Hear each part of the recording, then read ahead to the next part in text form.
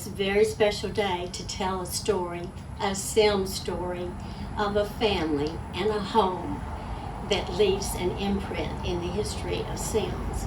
The story begins with old Blackwell II and his wife, Vivian Welch Blackwell. I'm going to go ahead, Connie, ask y'all to raise your hand. Please stand if you're part of that family today.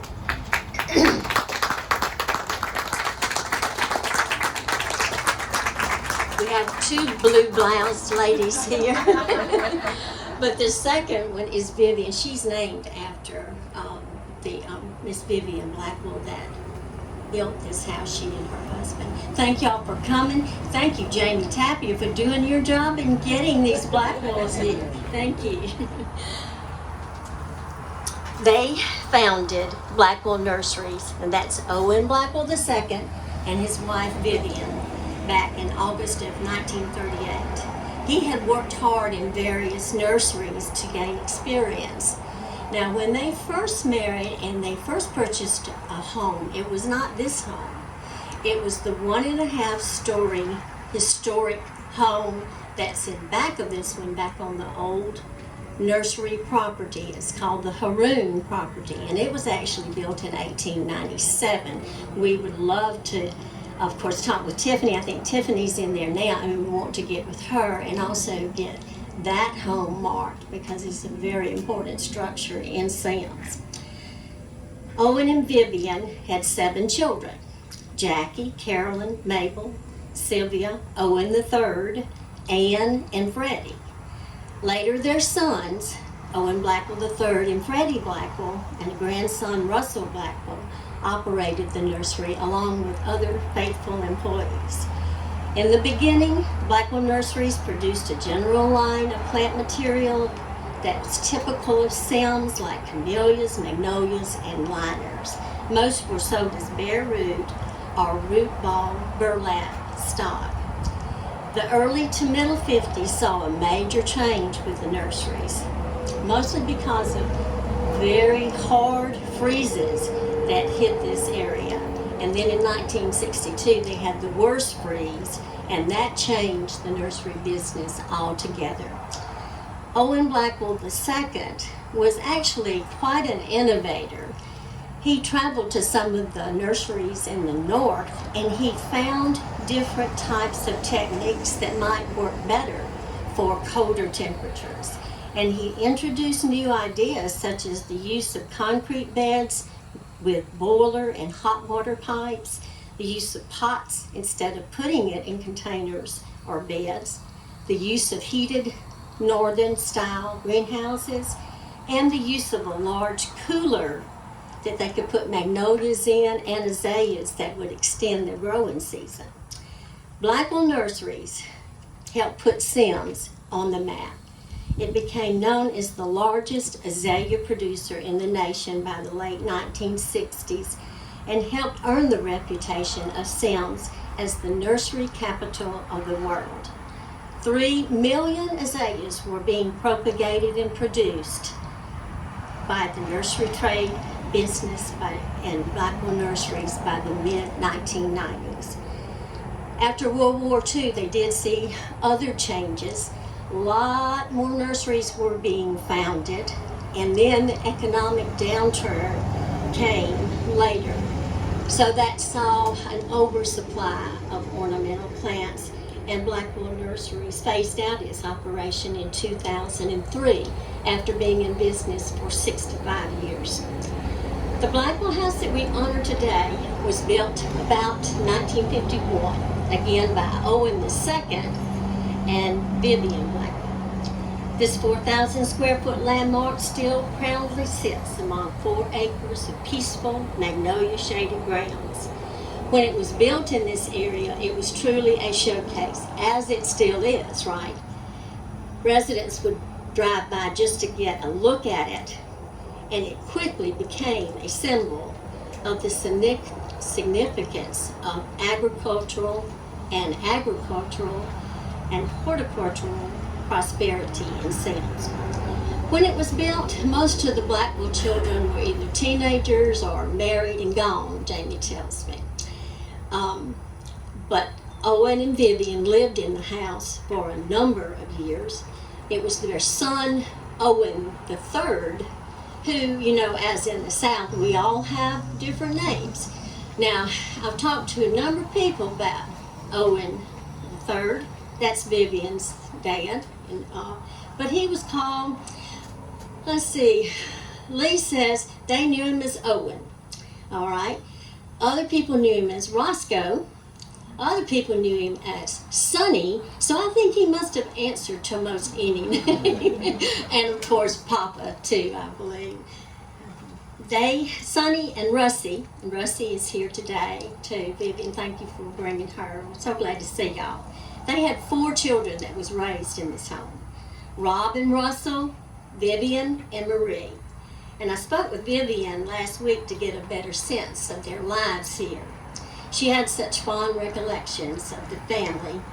One of them was kind of sitting there in the kitchen area, in a kitchen booth, and they would look outside and see all these animals running around. She said over the years they probably had 50 pets, not what we might think of as pets sometimes, but dogs, cats, rabbits, guinea pigs, gerbils, you name it, they had it. It was a child's playground. Vivian remembered all the family social gatherings they had here. The Blackwell Christmas gatherings, the Easter egg hunts, the traditional family pictures on the staircase, all the games they played, the stories they told, the freedom to jump on the golf carts to drive around the property. Husbands, wives, brothers, sisters, aunts, uncles, cousins, all were welcome here over the years, and many came to stay, maybe for a day, maybe for a weekend, maybe for a year. They bring suitcases, so they knew it might be a little bit longer than a year. These were happy days. All were made to feel welcome and enjoy their Blackwell family connections. That's why so many of the extended Blackwell family have great memories here and look at this home as their home place still. They are so proud to see the home preserved and used as the educational and recreational beacon that it is in the community. The home was sold in 2007 to Steve and Laura Batson, and it became a scenic venue for special events like weddings and receptions and other celebrations. But things changed for the Batsons within a short period of time, and they had to relocate to Colorado because of the medical attention one of their daughters needed. The house went up for sale again. Now that's when our story begins, right, Miss Connie? Commissioner Hudson, I think you called me for some reason. Because I wanted to see the house. Yes, and we came out here, I mean like a swoosh. I think Carolyn was here too, maybe. Carolyn and Ted White and some large number of staff. And Connie just starts going through the house like she could just see what could develop there. You could see that brain just a ticking, and boy, we were excited. Because you see, she's already had a vision that this beautiful estate could be a Semmes Senior Center and also be preserved as a historical landmark. The announcement came in August of 2011 that the Mobile County Commission, under the leadership of our County Commissioner, Connie Hudson, had plans to purchase the historic estate. Now we know it as the Semmes Senior Center, and are we not so proud? The Senior Center opened its doors for business on April 11th, 2013, and it continues under the co-directorship of Linda Davis and Sam Parker to develop programs, services, activities that reflect the interest of our senior population here. Some residents boast about this charming and historic gathering place, which continues to get bigger. Hope all of you will, of course, view the historic home and then also step to the back and view the new 2,400 square foot activities building. There's a storage building that's been added, a much larger parking lot, all because of that vision and all because of the leadership that we've had to make these expansions happen.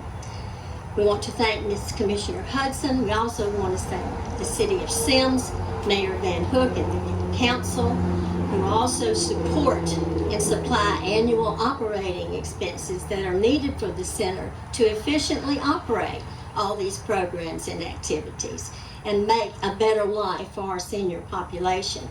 Last but not least, and Commissioner Hudson mentioned it too, I also want to thank Semmes Women's Club, who was in on the partnership to begin with. We're so grateful for that opportunity, and Semmes Women's Club still continues to be the managing entity for the Semmes Senior Center. As the old saying goes, it takes a village to raise a child. Well, it takes a village here of teamwork to make it work and function so beautifully. The desire for the Blackwell House is that it will always be a welcoming home away from home, as it was for the Blackwell family. It will be a place that our seniors can come, and it will remain a treasured local landmark. After the City of Semmes Historic Committee was established by Mayor Van Hook, we gathered and we submitted a historic commission application. The Blackwell House application was reviewed, approved, and listed on the Alabama Register of Landmarks and Heritage on December 9th, 2021. Today, as the official historic marker is unveiled, right here, the City of Semmes has a unique privilege to designate, honor, and promote this iconic piece of Semmes landscape since the Semmes story began here in 1951. What another proud day for Semmes. This recognition makes life in Semmes more beautiful and certainly more meaningful. It sends a clear and visible message that our past is valuable and worthy to be preserved. Now,